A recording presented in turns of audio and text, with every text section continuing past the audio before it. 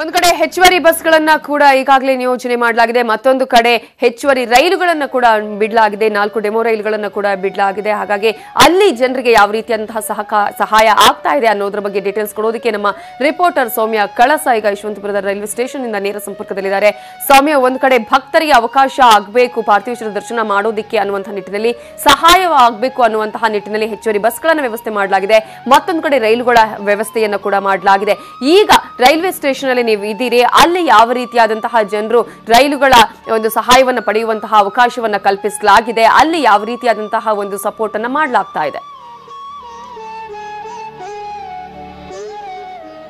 ಹೌದು ನಮಿತಾ, ಇವತ್ತು ಹೆಚ್ಚಿನ ಸಂಖ್ಯೆಯಲ್ಲಿ ಜನ ಸಿದ್ಧಗಂಗಾ ಕಡೆ ತೆರಳುತ್ತಾರೆ ಅನ್ನೋದು ಮೊದಲೇ ಗೊತ್ತಿರೋದ್ರಿಂದ ಜನರಿಗೆ ಅನುಕೂಲವಾಗಲಿ ಅನ್ನೋ ಕಾರಣಕ್ಕೋಸ್ಕರ ಭಾರತೀಯ ರೈಲ್ವೆ ಹೆಚ್ಚು ರೈಲುಗಳನ್ನು ಬಿಟ್ಟಿದೆ. ಬೆಳಗ್ಗೆ 7:15ಗೆ ಆಲ್ರೆಡಿ ಒಂದು ರೈಲು ಹೋಗಿದೆ. ಈಗ ಕೂಡ ಹೆಚ್ಚಾಗಿ 9:15ಗೆ ಒಂದು ರೆಗ್ಯುಲರ್ ಆಗಿ ಹೋಗುವಂತಹ ಒಂದು ಎಕ್ಸ್ಪ್ರೆಸ್ ಟ್ರೈನ್ ಇದೆ. ಅದಾದ ನಂತರ 9:00ವರೆಗೆ ಒಂದು ಪ್ಯಾಸೆಂಜರ್ ಟ್ರೈನ್ ಇದೆ. ಈಗ ಸದ್ಯಕ್ಕೆ ಇಲ್ಲಿ ಪ್ಲಾಟ್ಫಾರ್ಮ್ ನಂಬರ್ 3 ಇದ್ದೀವಿ. ನೀವೇ ನೋಡಬಹುದು ಎಷ್ಟರ ಮಟ್ಟಿಗೆ ಜನ ಇಲ್ಲಿ ಕಾಯ್ತಾ ಇದ್ದಾರೆ ರೈಲ್ಗೋಸ್ಕರ ಅಂತ. ಒಂದು ರೈಲ್ನಲ್ಲಿ ಕನಿಷ್ಠ ಪಕ್ಷ 1000 ಜನ ಒಟ್ಟಿಗೆ ಒಂದು ಟ್ರಾವೆಲ್ ಮಾಡೋದಕ್ಕೆ ಆ ಒಂದು ನಿಟ್ಟಿನಲ್ಲಿ ಹೆಚ್ಚಿನ ಸಂಖ್ಯೆಯಲ್ಲಿ ಜನ ಪ್ರಯಾಣ ಮಾಡೋದಕ್ಕೆ ಅನುಕೂಲ ಆಗಲಿ ಅನ್ನುವಂತ ಕಾರಣಕ್ಕೆ ಬಿಟ್ಟಿರುವಂತಹ ರೈಲುಗಳನ್ನ ಜನ ಸದುಪಯೋಗ ಪಡಿಸಿಕೊಳ್ತಾ ಇದ್ದಾರೆ.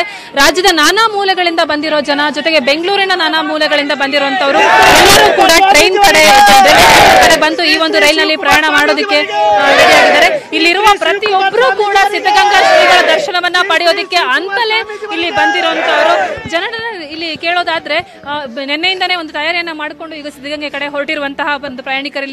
ಸೊ ನೀವು ಎಲ್ಲಿ ಅವರು ಈಗ ಹೊರಟು ಅಲ್ಲಿ ಯಾವ ರೀತಿ ಪ್ಲಾನ್ ಮಾಡ್ಕೊಂಡಿದ್ದೀರಾ ನಿಮ್ ಜರ್ನಿ? ನಾವು ಮಂಡ್ಯದ ಕಡೆರು ಬೆಂಗಳೂರು ಬಂದಿದ್ದೀವಿ, ಇಲ್ಲಿಂದ ಹೋಗ್ತಾ ಇದ್ದೀವಿ. ನಮಗೆ ದರ್ಶನ ಬೇಕು, ಹಗಲು ರಾತ್ರಿ ನಿದ್ದೆ ಇಲ್ಲ. ಜನಕ್ಕೆ ಸರ್ಕಾರ ಸೌಕರ್ಯ ಮಾಡಿ ನಮಗೆ ಅವ್ರಿಗೆ ತೋರಿಸ್ಬಿಟ್ಟು ಅವ್ರ ಮುಖ ದರ್ಶನ ನೋಡ್ಬಿಟ್ರೆ ನಮಗೆ ಪುಣ್ಯ ಪಾವನ ಆಯ್ತದೆ ಅನ್ನೋ ದೃಷ್ಟಿಯಿಂದ ಅವ್ರು ನೋಡಕ್ಕೆ ಹೋಗ್ತಾ ಇದ್ದೀವಿ. ಇಡೀ ಜನ ಇಲ್ಲಿ ಕಾಯ್ತಾ ಇದ್ದೀವಿ. ಮತ್ತೊಂದು ರೈಲ್ ಸಹಾಯದಿಂದ ಅವ್ರನ್ನ ದರ್ಶನ ಪಡಬೇಕು, ನೋಡಬೇಕು ಅಂತ ಕಾತುರಂತ ಇದ್ದೀವಿ. ದಯವಿಟ್ಟು ಬೇಡ್ಕತ್ತೀವಿ. ನೀವು ಎಲ್ಲಿಂದ ಬಂದಿದ್ದೀರಾ? ಇಲ್ಲಿ ಇರುವಂತಹ ಕ್ರೌಡ್ ನೋಡಿದ್ರೆ ನೀವು ಇದೇ 9:15ಗೆ ಟ್ರೈನ್ಗೆ ಹೊರಟಿದ್ದೀರಾ ಅಥವಾ ಈ ಒಂದು ವ್ಯವಸ್ಥೆ ನಿಮಗೆ ಎಷ್ಟು ಅನುಕೂಲ ಆಗಿದೆ? ಮೇಡಮ್, ಪೀನಾ ಪಕ್ಷದಿಂದ ಬಂದಿರೋದು ನಾವು. ಪೀನಾ ಪಕ್ಷದಿಂದ ಮೇಡಮ್ ಶಿವಕುಮಾರ ಸ್ವಾಮೀಜಿ ನಡೆದಾಡೋ ದೇವರು. ಅವ್ರಿಗೆ ನಿಜವಾದ ಅವರು ನಿಸ್ವಾರ್ಥ ಸೇವೆಗಳು ಅವರು. ಅವ್ರಿಗೆ ನಿಜವಾಗ್ಲೂ ಅವ್ರಿಗೆ ನಮ್ಮ ಸರ್ಕಾರದವರು ಈಗ ಮುಂದೆ ಬಡ ಮಕ್ಕಳಿಗೆ ಒಂದು ಪ್ರೋತ್ಸಾಹ ಕೊಡಬೇಕು. ಎಲ್ಲ ಸರ್ಕಾರದವರು, ಕರ್ನಾಟಕ ಸರ್ಕಾರ, ಭಾರತ ಸರ್ಕಾರ ಒಡಗೂಡಿ ಹೆಚ್ಚುವರಿಯಾಗಿ ರೈಲ್ ಬಿಟ್ಟಿರೋದ್ರಿಂದ ಮಹಿಳೆಯರು ಕೂಡ ಈಗಾಗಲೇ ಸೌಮ್ಯ ಮಾತನಾಡಿಸ್ತಾ ಇದ್ರು ಯಾವ ರೀತಿಯಂತಹ ಒಂದು ಸಹಾಯ ಆಗ್ತಾ ಇದೆ, ಯಾವ ರೀತಿಯ ಸೌಲಭ್ಯಗಳನ್ನ ಸರ್ಕಾರ ಈಗಾಗಲೇ ನೀಡಿದೆ ಅನ್ನುವಂತಹ ನಿಟ್ಟಿನಲ್ಲಿ ಈಗಾಗಲೇ ಹೆಚ್ಚುವರಿ ರೈಲುವನ್ನು ಕೂಡ ಬಿಡಲಾಗಿದೆ. 7 ಗಂಟೆಯಿಂದ ಕಾಯ್ತಾ ಇದ್ದೀವಿ. 9 ಗಂಟೆ ಟೈಮ್ ಸ್ವಾಮೀಜಿ ನೋಡಕ್ಕೆ ಹೋಗ್ಲಿಕ್ಕೆ ಕಾಯ್ತಾ ಇದ್ದೀವಿ. ಇಲ್ಲಿರುವಂತಹ ಎಲ್ಲ ಜನ ಕೂಡ ನೇರವಾಗಿ ಸಿದ್ಧಗಂಗೆಗೆ ತೆರಳಿ ಅಲ್ಲಿ ಸ್ವಾಮೀಜಿಯ ದರ್ಶನ ಮಾಡಿ ಮತ್ತೆ ರೈಲ್ನಲ್ಲೇ ವಾಪಸ್ಸು ಬರೋದಕ್ಕೆ ಈ ಒಂದು ಹೆಚ್ಚುವರಿ ರೈಲ್ಗಳು ಸಾಕಷ್ಟು ಅನುಕೂಲ ಮಾಡಿಕೊಟ್ಟಿದೆ ನಮಿತಾ. ಅಂದ್ರೆ ಸೌಮ್ಯ, ಈಗಾಗಲೇ ಹೆಚ್ಚುವರಿ ಎಷ್ಟು ರೈಲುಗಳನ್ನ ಬಿಡಲಾಗಿದೆ, ಹಾಗೇನೆ ಒಂದೊಂದು ಗಂಟೆಗೂ ಕೂಡ ರೈಲುಗಳನ್ನ ಬಿಡಲಾಗಿದೆಯಾ, ಹೇಗೆ ಇದ್ರ ಬಗ್ಗೆ ಏನಾದ್ರೂ ಡೀಟೇಲ್ಸ್ ಸಿಕ್ಕಿದೆಯಾ ಸೌಮ್ಯ?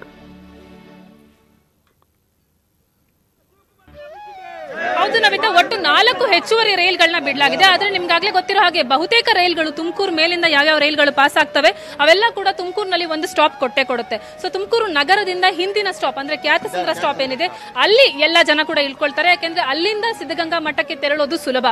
ಈಗಾಗಲೇ ಅಲ್ಲಿ ಹೋಗುವಂತ ಎಲ್ಲ ರಸ್ತೆಗಳನ್ನ ಬಂದ್ ಮಾಡಿರೋದ್ರಿಂದ ಬಸ್ಗಳು ಮತ್ತು ಕಾರುಗಳೇನಿದೆ ಅವುಗಳು ಮಠದ ಹತ್ರಕ್ಕೆ ಹೋಗೋದಕ್ಕೆ ಸಾಧ್ಯ ಆಗೋದಿಲ್ಲ. ಆದ್ರೆ ರೈಲಿನ ಮೂಲಕ ಹೋದ್ರೆ ಮಠಕ್ಕೆ ಹೋಗೋದಕ್ಕೆ ತುಂಬಾ ಸುಲಭ ಆಗುತ್ತೆ.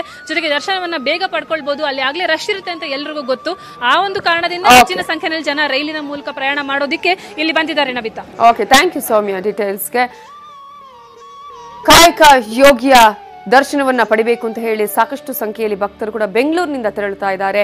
ಇನ್ನು ಕಾಯಕ ಯೋಗಿ ನುಡಿದಂತೆ ನಡೆದವರು, ಎಲ್ಲರಿಗೂ ಕೂಡ ಜೀವನದ ಪಾಠವನ್ನ ಹೇಳಿಕೊಟ್ಟವರು, ಜೀವನದ ಮಾರ್ಗವನ್ನ ಹೇಳಿಕೊಟ್ಟಂತವರು. ತಾನು ಇದ್ದಂತ ಸಂದರ್ಭದಲ್ಲಿ ತನ್ನ ಒಂದು ಖರ್ಚಿಗೂ ಕೂಡ ಅವರು ತಾನೇ ಒಂದು ಕೆಲಸವನ್ನ ಮಾಡಿದಂತಹ ಹಣವನ್ನ ಉಪಯೋಗ ಮಾಡಿಕೊಳ್ತಾ ಇದ್ರು. ಅಂತಹ ಒಂದು ಕಾಯಕ ಯೋಗಿ ಎಲ್ಲರಿಗೂ ಕೂಡ ಮಾದರಿ ಅನ್ನುವಂತಹ ರೀತಿಯಲ್ಲಿ ಜೀವನದ ಪಾಠವನ್ನ ಲಕ್ಷಾಂತರ ವಿದ್ಯಾರ್ಥಿಗಳಿಗೆ ಹೇಳಿಕೊಟ್ಟಿದ್ದಾರೆ. ಅದೇ ಕಾರಣಕ್ಕಾಗಿ ಇವತ್ತು ವಿದ್ಯಾರ್ಥಿಗಳು ಬಂದು, ಹಳೆ ವಿದ್ಯಾರ್ಥಿಗಳು ಬಂದು, ಭಕ್ತರು ಬಂದು ಸೇವೆಯನ್ನ ಸಲ್ಲಿಸ್ತಾ ಇದ್ದಾರೆ. ತಮ್ಮ ಒಂದು ಶ್ರದ್ಧಾಂಜಲಿನ ಈ ಮೂಲಕ ಸಲ್ಲಿಸ್ತಾ ಇದ್ದಾರೆ. ದೇವರು ಈಗಾಗಲೇ ದೇವರ ಪಾದವನ್ನು ಸೇರಿದ್ದಾರೆ, ದೇವರು ದೈವಾಧೀನರಾಗಿದ್ದಾರೆ ಅಂತ ಅಂದುಕೊಳ್ಳದೆ ಇವತ್ತು ನಮಗೆ ಸಿಕ್ಕಂತಹ ಸೇವೆ ಮಾಡುವಂತಹ ಅವಕಾಶ ಅನ್ನೋದನ್ನು ಅರಿತು ಎಲ್ಲರೂ ಕೂಡ ಈ ಸೇವೆಯಲ್ಲಿ ನಿರತರಾಗಿದ್ದಾರೆ. ಪ್ರತಿಯೊಬ್ಬ ಮಕ್ಕಳು ಕೂಡ ಹಾಗೆ ಶಿಸ್ತಿಗೆ ಕೂಡ ಈ ಶಿವಕುಮಾರ ಸ್ವಾಮೀಜಿಗಳು ಯಾವ ರೀತಿಯಾಗಿ ಶಿಸ್ತನ್ನ ಪಾಲಿಸ್ತಾ ಇದ್ರು, ಸಮಯ ಪ್ರಜ್ಞೆಯನ್ನು ಯಾವ ರೀತಿಯಾಗಿ ಪಾಲಿಸ್ತಾ ಇದ್ರು, ಅದೇ ರೀತಿಯಾದಂತಹ ಒಂದು ಶಿಸ್ತು ಸಮಯ ಪ್ರಜ್ಞೆಯನ್ನು ಅಲ್ಲಿನ ವಿದ್ಯಾರ್ಥಿಗಳಲ್ಲಿ ಕೂಡ ನಾವು ನೋಡ್ತಾ ಇದ್ವಿ. ಪ್ರತಿ ಬಾರಿ ಕೂಡ ಸಾಮೂಹಿಕ ಪ್ರಾರ್ಥನೆಯನ್ನು ಅಲ್ಲಿ ಮಾಡಲಾಗುತ್ತೆ. ಒಂದು ಕಡೆ ಧರ್ಮದ ಹೆಸರಿನಲ್ಲಿ, ಆಧ್ಯಾತ್ಮದ ಹೆಸರಲ್ಲಿ ಅನೇಕ ಸೇವೆಗಳು ನಡೀತಾ ಇದ್ರೆ, ಮತ್ತೊಂದು ಕಡೆ ಶಿಕ್ಷಣವನ್ನ ವಿದ್ಯಾರ್ಥಿಗಳಿಗೆ ನೀಡಲೇಬೇಕು ಅನ್ನುವಂತಹ ಕನಸನ್ನ ಹೊಂದಿದವರು ಶಿವಕುಮಾರ ಸ್ವಾಮೀಜಿಗಳು.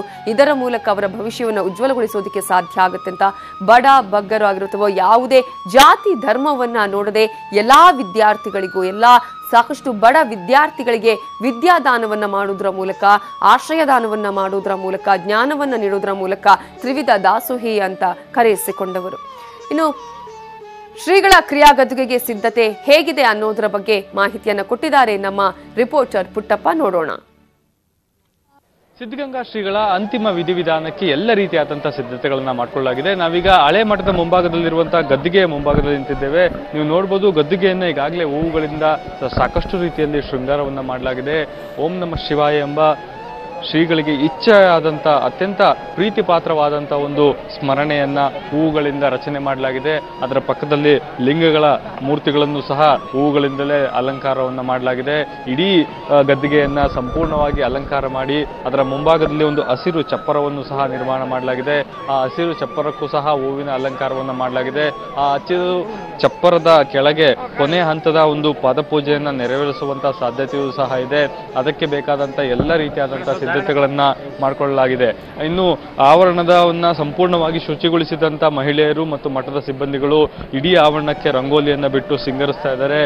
ಕೊನೆ ಹಂತದ ಪೂಜೆ ಹಾಗೂ ಕೊನೆಯ ಪೂಜೆಗಳಿಗೆ ನೆರವೇರಿಸಬೇಕಾದ್ರೆ ಈ ಆವರಣ ಅತ್ಯಂತ ಶೃಂಗಾರವಾಗಿರಬೇಕು ಅನ್ನೋದು ಇಲ್ಲಿರುವಂತಹ ಭಕ್ತರ ಆಸೆಯಾಗಿದೆ. ಹಾಗಾಗಿ ಆ ಭಕ್ತರು ತಮ್ಮ ಗೌರವ ಪೂರ್ವಕವನ್ನ ಈ ರೀತಿಯಾಗಿ ನೆರವೇರಿಸ್ತಾ ಇದ್ದಾರೆ. ಇಡೀ ಆವರಣ ಸಂಪೂರ್ಣವಾಗಿ ಸಿದ್ಧತೆಗೊಂಡಿದೆ. ಇನ್ನು ಆವರಣದ ಸುತ್ತೆಲ್ಲ ಪೊಲೀಸ್ ಬಂದೋಬಸ್ತನ್ನು ಮಾಡಿಕೊಳ್ಳಲಾಗಿದೆ. ಸಾಕಷ್ಟು ರೀತಿಯಾದಂತಹ ಬ್ಯಾರಿಕೇಡ್ಗಳನ್ನ ನಿರ್ಮಾಣ ಮಾಡಿ ಆವರಣದ ಹೊರಗೆ ಮತ್ತು ಒಳಗೆ ಯಾರೂ ಸಹ ಹೋಗಬಾರ್ದು, ಅನುಮತಿ ಇಲ್ಲದೆ ಯಾರಿಗೂ ಸಹ ಪ್ರವೇಶವಿಲ್ಲ ಅನ್ನೋ ಒಂದು ಸೂಚನೆಯನ್ನು ಸಹ ಕೊಡಲಾಗಿದೆ. ಗದ್ದುಗೆಯನ್ನು ನೋಡೋದಕ್ಕೆ ಸಾವಿರಾರು ಸಂಖ್ಯೆಯಲ್ಲಿ ಸಾರ್ವಜನಿಕರು ಆಗಮಿಸ್ತಾ ಇದ್ದಾರೆ. ಈಗಾಗಲೇ ಬಂದು ಸ್ಥಳದಲ್ಲಿ ಜಮಾವಣೆ ಮಾಡಿದ್ದಾರೆ. ಎಲ್ಲರೂ ಸಹ ತಮ್ಮ ಮೊಬೈಲ್ಗಳಲ್ಲಿ ಅಲಂಕೃತಗೊಂಡ ಗದ್ದುಗೆಯನ್ನ ಫೋಟೋ ತೆಗಿತಾ ಇದ್ದಾರೆ. ಅದನ್ನ ಒಂದು ಅಪರೂಪದ ದೃಶ್ಯಗಳನ್ನ ಸೆರೆ ಹಿಡುವಂತ ಪ್ರಯತ್ನವನ್ನು ಸಹ ಮಾಡ್ತಾ ಇದ್ದಾರೆ. ಇನ್ನು ಗದ್ದುಗೆಯ ಮುಂಭಾಗದಲ್ಲಿ ಒಂದು ಸುಮಾರು 500ಕ್ಕೂ ಹೆಚ್ಚು ಆಸನದ ವ್ಯವಸ್ಥೆಯನ್ನು ಸಹ ಮಾಡಲಾಗಿದೆ. ಗಣ್ಯರು ಮತ್ತು ಅತಿ ಗಣ್ಯರೆಲ್ಲರೂ ಸಹ ಬಂದು ಇಲ್ಲಿ ಕುಳಿತುಕೊಂಡು ಕೊನೆ ಹಂತದ ವಿಧಿವಿಧಾನಗಳನ್ನ ನೋಡೋದಕ್ಕೆ ಅವಕಾಶವನ್ನು ಮಾಡಿಕೊಡೋದಕ್ಕೆ ಆಸನದ ವ್ಯವಸ್ಥೆಗಳನ್ನು ಸಹ ಮಾಡಿಕೊಳ್ಳಲಾಗಿದೆ. ಸುಮಾರು 500ಕ್ಕೂ ಹೆಚ್ಚು ಚೇರ್ಗಳನ್ನ ಇಲ್ಲಿ ಅಳವಡಿಸಿ ಎಲ್ಲ ರೀತಿಯಾದಂತಹ ಸಿದ್ಧತೆಗಳನ್ನ ಮಾಡಿಕೊಳ್ಳಲಾಗಿದೆ. ಇನ್ನು ಕೆಲವೇ ಕ್ಷಣಗಳಲ್ಲಿ ಏನು ಶ್ರೀಗಳ ಅಂತಿಮ ಯಾತ್ರೆ ಆರಂಭವಾಗುತ್ತೆ. ಈಗ ಅಂತಿಮ ದರ್ಶನ ನಡೀತಾ ಇರುವಂತಹ ಸ್ಥಳದಿಂದ ಇಲ್ಲಿಗೆ ಮೆರವಣಿಗೆ ಮುಖಾಂತರ ತಂದು ಇಲ್ಲಿ ಅಂತಿಮ ಕ್ರಿಯಾವಿಧಿಯ ಎಲ್ಲ ರೀತಿಯಾದಂತಹ ಕ್ರಮಗಳನ್ನ ಕೈಗೊಂಡು ಪೂಜಾ ವಿಧಿವಿಧಾನಗಳನ್ನ ಕೈಗೊಂಡು ಸುಮಾರು 4:30 ವೇಳೆಗೆ ಅಂತಿಮ ಕ್ರಿಯಾವಿಧಿಯನ್ನ ನೆರವೇರಿಸಲಾಗುತ್ತೆ. ಮಧು ಜೊತೆ ಪುಟ್ಟಪ್ಪ, ನ್ಯೂಸ್ 18 ಕನ್ನಡ, ತುಮಕೂರು.